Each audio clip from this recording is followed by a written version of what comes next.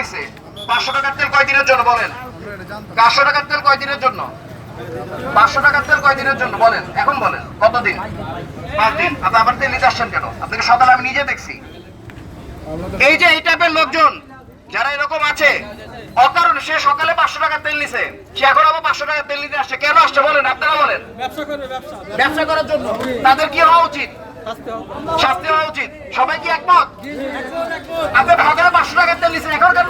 আপনি সকালে 500 টাকার তেল নিছেন, এখন কেন 500 টাকার তেল নিতে আসছেন বলেন? এক সপ্তাহ 500 টাকার তেল নিলে এক সপ্তাহ পর আচ্ছা, এটা ব্লক করে দেওয়া হবে। ওনারটা 20 দিনের জন্য ব্লক করে দেওয়া হলো। 20 দিন উনি কোনো তেল পাবেন না। সবাই খুশি? সবাই খুশি? উনি 20 দিন তেল পাবে না। 20 দিন, ঠিক আছে? ওকে। নাম্বার প্লেট নাই স্যার। নাম্বার প্লেট নাই। 1860 সালের দণ্ডবিধি 268 ধারা অনুযায়ী কোন ব্যক্তি যদি এমন কোন কাজ করেন বা অবৈধ কাজ থেকে বিরত থাকেন যার ফলে জনসাধারণ বা নিকটবর্তী এলাকার বাসিন্দাদের সাধারণ ক্ষতি, বিপদ বা বিরক্তির সৃষ্টি হয়, এটা কি আমাদের বিরক্তি সৃষ্টি করছে না?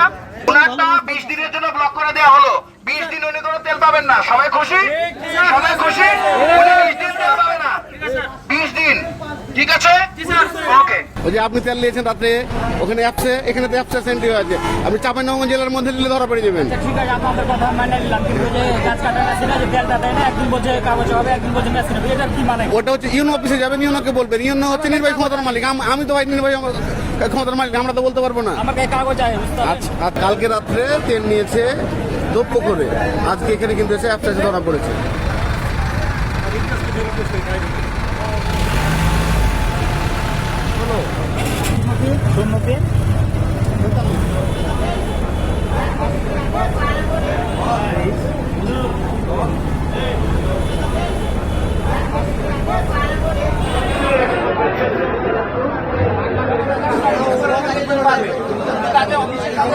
বাজারে